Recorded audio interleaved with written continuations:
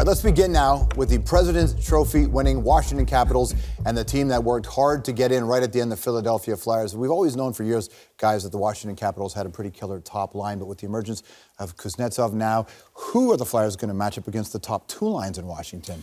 Well, I think that's the biggest question is Claude Giroux. He's going to have to deal with 3 or 4 potentially tremendous lines. Guys who are great scorers, guys who are great checkers, guys who are really heavy to play against.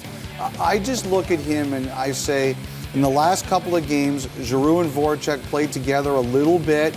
Couturier was kept in the more checking role. I'm curious to see, do they keep Giroux and Voracek together or do they split them against a team it's hard to score against? The biggest challenge at playoff time is matching your defense, and they can't match up with Washington's forwards, no doubt about that. So you look at your defense, can they match up there? And you say, wow, Schultz and Streit, Gostisbehere and Manning as your top 4. That's what would petrify me if I'm the Philadelphia Flyers. How do I match that top 4 against that group up front for Washington? To me, that's where the real mismatch is. Ghost had a great season. We know that. Any worries about him in the first round of the playoffs? Well, I think you're excited about him offensively. Where you're challenged by him is going against these heavyweight forwards and a heavy team like Washington and an experienced team like Washington. So for me, that defense matchup is frightening for Philadelphia. You know, I remember Keith Yandel talking about the first time he went into a playoff series and Mike Babcock game planned for him and he realized how hard it was. Yeah.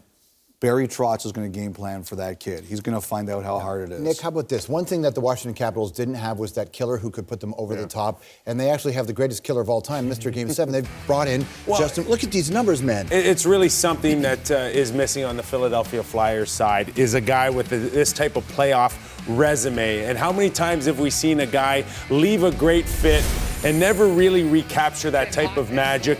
But, hey, Williams hasn't missed a beat since going to the Washington Capitals. Not only did he play 82 games, but he was able to put 20-plus goals on and 50 points. But this is where you really lean on him.